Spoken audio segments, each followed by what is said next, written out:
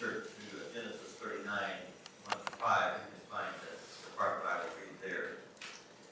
You know, it's easy to be excited about life when everything is going your way, when all the chances and the opportunities seem to be benefiting you and rising up and blessing you. I remember as I began my sports career through junior high, in 5th grade at Garrett Rural School, they started playing basketball formally on the court at 5th grade.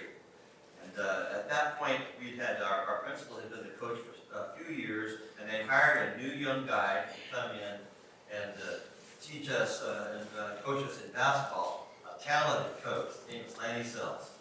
But it was a shock for us because we went from one system to a brand new. In the first 2 years I played basketball, I think we won 5 games or something. It was in those years I saw the 8th grade play and lose like 105 to 13 to Beaver in our gym. It was a bad deal. Those were a couple of hard years. I remember Coach Sells kind of looking downcast a few times. And the rest of us felt that way too. It's hard to be motivated to go out and practice really hard when you find yourself not just getting beat, but you get beat and doing it game after game after game. What keeps us going in those moments? It's kind of like life, isn't it? Have you been in those parts of your life where you're feeling like you just get beat? It's hell, and then it's something with the business, and then the car breaks down. One thing after another. And it makes it difficult, especially when you're in a work situation and things aren't going right. If you worked in a company with other people and you find that there's great conflict, that people are not cooperative, I mean, there's nothing better to get at a job where everybody's giving their best. And everybody's willing to step up and do that extra thing that's going to make the whole job work right. There's nothing like that, but it's horrible when it's exactly the other way. But it's kind of like Congress is in Washington, D.C. right now. That's what I'm talking about. That backwards, dysfunctional way that we seem to be living. It's school. School of hard knocks, you might say. It's true for everybody who's going through their education right now. When you're having a hard time with your education and you're not getting it, your parents telling you that you need to have good grades. It's true, but it's not a big motivator. It's not a big motivator. It's hard to see the payoff, to see the incentive for doing better, to really getting out and digging and moving your life forward. When those moments come in your life, you're having that hard time, everything seems to sour. Your relationships, the people you know.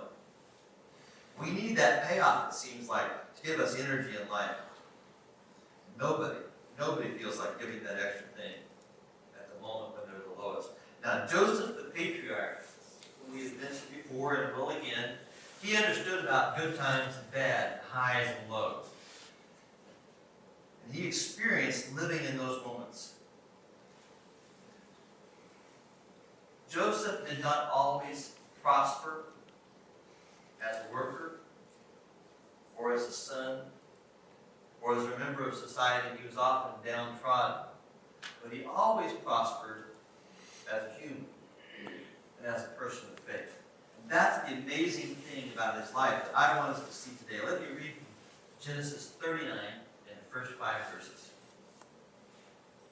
Now Joseph had been taken down to Egypt, and Potiphar, an Egyptian who was one of Pharaoh's officials, the captain of the guard, bought him from the Ishmaelites who had taken him there. And the Lord was with Joseph so that he prospered, and he lived in the house of his Egyptian master. When the master saw that the Lord was with him, and that the Lord gave him success in everything he did, Joseph found favor in his eyes and became his attendant. Potiphar put him in charge of his household, and he entrusted to his care everything that he owned. From the time he put him in charge of his household and all that he owned, the Lord blessed the household of the Egyptian because of Joseph. The blessing of the Lord was on everything Potiphar had, both in the house and in the field. You will remember that Joseph had a dream. And when we think of dreams, mostly what comes to our mind are those crazy, wild nightmares and dreams, all these strange things that happen to us. I used to have this ongoing dream of being chased by this little demon thing. running here, I'd run around. For some reason, there was a tank, like an army tank involved, and I would be running around that and go up and get in the hatch and try to close it and get away from it. What in the world does that mean? Not a lot, I hope. Not a lot. It's not the kind of dream that reflects our anxieties either. How many had the dream that you're going back to school and you get there and you've got no clothes? Yeah, that's pretty common. You don't have to put your hand in. It's pretty common. I've heard it a lot of time. Anxiety. I'm out of place. Something's wrong. I'm embarrassed. I can't stand to face these people. It's those kind of anxieties. That's not the kind of dream I'm talking about. It's the kind of dream where God puts his fingers on your life and says, you know something? This is who you are. This is what I've made you. And this is what you're going to do. That's the kind of dream that Joseph has there. A dream of direction, of conviction that God's moving in his life. And protection. That every step and opportunity that is coming is not random at all. But it's for the purpose of what God is doing with Joseph. Isn't that an amazing thought? However, that's not how Joseph's life looked to him, I'm sure.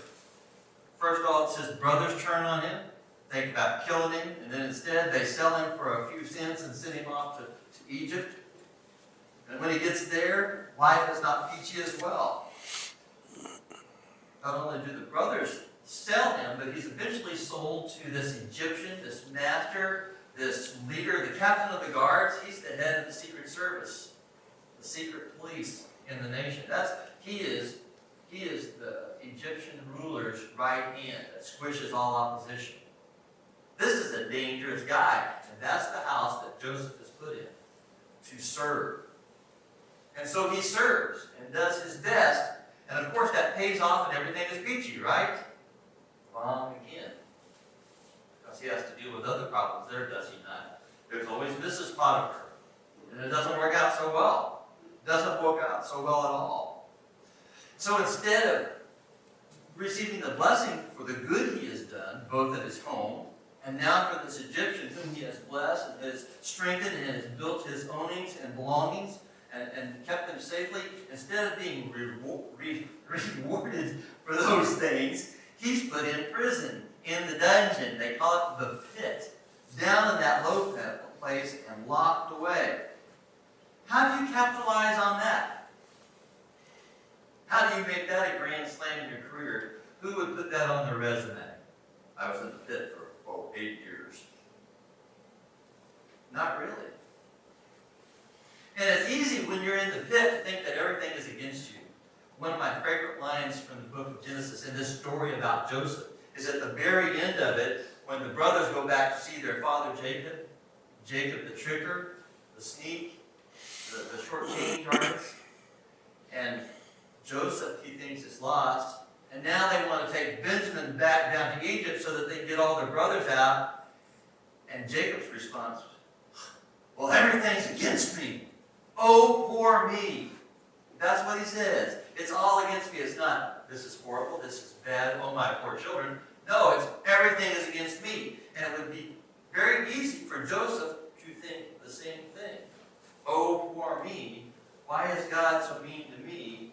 What's going on that everything's happened like this? Even though Jacob had seen his cattle fatten, his belongings grow, his influence in society become greater and greater, and God's hand is obviously on him, all he can see is, oh, poor me, and how I have been wronged and hurt. Even though he caused most of his own anxiety and most of his own problems, just like the rest of us. Joseph could have taken the same attitude. He could have felt treated poorly and blamed God, and blamed it on his parents who were always at war, and how their brothers grew up mean, and how they turned on him and beat him down even though God was calling him. But instead, Joseph lived for the promise that God had given him. The promise of that dream of who he was to be, the leader, the director, the provider for the family and for the world. about that, look how he responded to every situation he came to. He served in the family, even though he was the youngest, trying to tell the oldest what to do. When he was put in Potiphar's house as a slave, not by choice, this is not the career path he thought he would have. Instead of sulking, he went about doing what he did, being God's man in the place that God had left him. He made Potiphar prosper. And when he was falsely accused and put into prison, instead of sulking, feeling how bad and abused he was, he did what God put in front of him. He was that leader, that director, that provider who made the prison run. And God moved him forward, even there. Jacob had prospered with wealth and possessions. By any measure, he was a successful man. But in life, he was a failure. His family was in disarray. They turned on one another and abused everybody around them. And while Joseph, on the other hand, owned nothing, being a slave first, and then a prisoner, he didn't even own himself. That's the amazing part. As a slave, he prospered as a person. He fulfilled his life. And the things that God had sent him to do, he grew and became and was full of life. Joseph chose faith rather than apathy. And that's a great lesson for us in our society, that we must choose faith rather than apathy. The blessings of God rather than escaping into our own things that we think will make us better. Look at the situation. He was a prisoner.